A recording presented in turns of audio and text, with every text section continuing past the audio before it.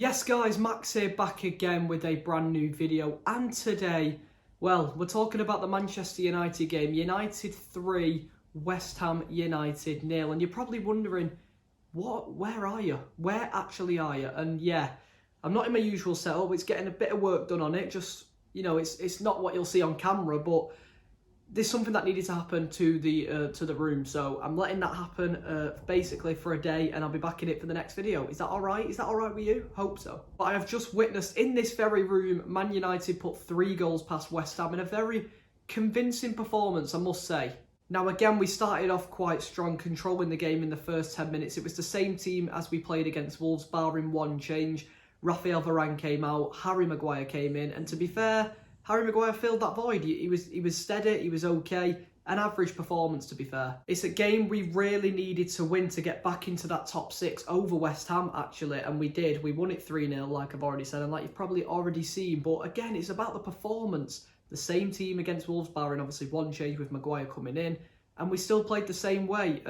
Again, very, very free-flowing football, I must say. The defence was very, very tight. Again, I thought Diogo Dalot had one of the games of his life. That very, very good block when Bowen was through on goal was, yeah, it was just unbelievable, wasn't it? He had a very good game yesterday, Diogo Dalot. He also adds a lot going forward, doesn't he? He tucks into sort of like a midfield role, plays that inverted role quite well. And yeah, yesterday I thought he had a very good game. But United did open the scoring after 23 minutes through the birthday boy himself, Rasmus Højlund. It was his first opportunity of the game and he took it very, very well. West Ham sort of lost the ball in the middle. Well, I think it was a loose pass and Casemiro pounced on it, intercepted the ball, and then Rasmus Højlund had it. It looked like he was going to open up on his left foot and try and bend it round the defender into the far corner, but he shifted it, sent 3 defenders, put it onto his right foot, just inside the box, maybe on the edge of the box. I can't really remember.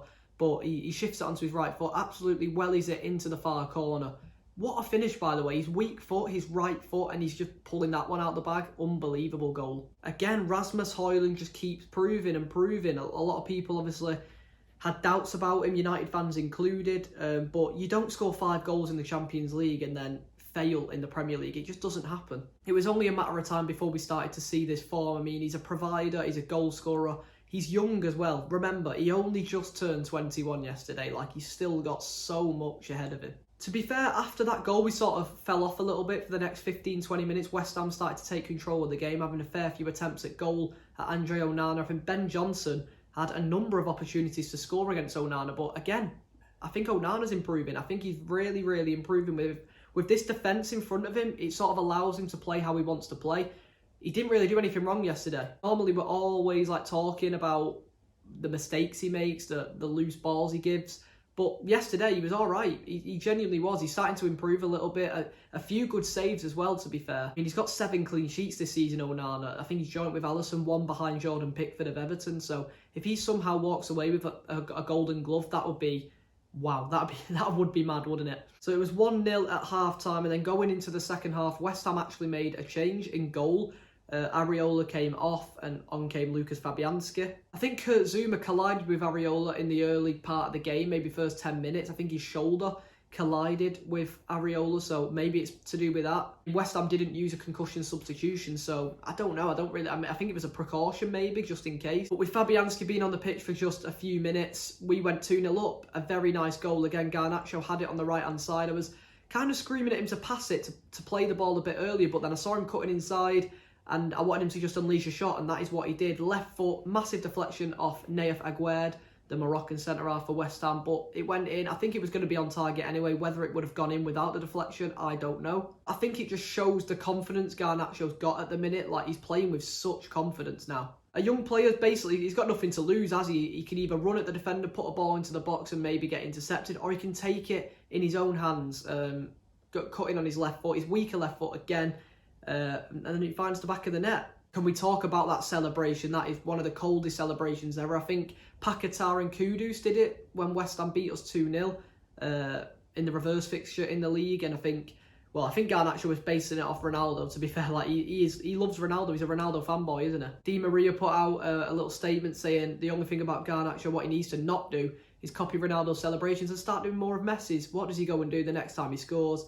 A Ronaldo celebration. So we did that, and then he was joined by the 2 other young prospects, Kobbie Mainoo, who we spoke about a lot on Thursday after that emphatic performance, an emphatic winner against Wolves, and Rasmus Højlund as well. The future of Manchester United is in safe hands, I hope. Genuinely one of the coldest pictures in Man United history. It's got to be up there. We're going to be looking back at that picture in 5-10 years and be like, wow, wow, wow, wow.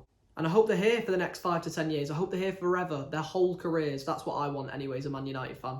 Kobbie Mainoo was then replaced by Scott McTominay around the 64th minute. I mean, he has played like 3 games in 9 days or something stupid like that. He is only 18, remember, so you've got to manage his minutes at that age. You don't want to overplay him. You don't want to set him up with injuries towards the prime end of his career. McTominay didn't do much apart from assist our 3rd and final goal of the game. He found it on the edge of the box. I mean, I was screaming at him to pass the ball. He had to give it Garnacho in that situation. He did. He slid him in. Garnacho one-on-one with the keeper, basically. A bit wide of the goal, but he drags it with his right foot into the far corner. And another very good goal. Alejandro Garnacho's making that right-wing position his own. I think this front three is working really well. Rashford off the left, Garnacho off the right, and Højlund up front. I think that's what, we need to see more. Don't change the winning formula is what I say, especially in the front three when we're banging in goals now as well. We just need to get off that negative goal difference, don't we? I think we're still on -1 at the minute, but the positive news is we're into 6th place. A pretty convincing performance against a team who were actually above us in the league as well. But the saddest part of the game was the Lisandro Martinez injury. He went down sort of 70th minute mark, I'd say, around about then anyway. He was shielding a ball to go out. He did it very well. Again, world-class defending, because when he's in the team, we are just so much better. I think they're the 3 most important players, aren't they? You've got Martinez, Casemiro and Luke Shaw. When them 3 are playing, I'm never that worried when it comes to, defending the goal. When it comes to defending, I'm never worried when them 3 are in the team. It's bizarre, but is it actually now I think about it? Because the 3 world-class players. Martinez is so fundamental to how we play. He's our only left-footed centre-back. He's the only one who can do the job he can do. Same with Casemiro. There's no one in our squad who can do that role the same as him.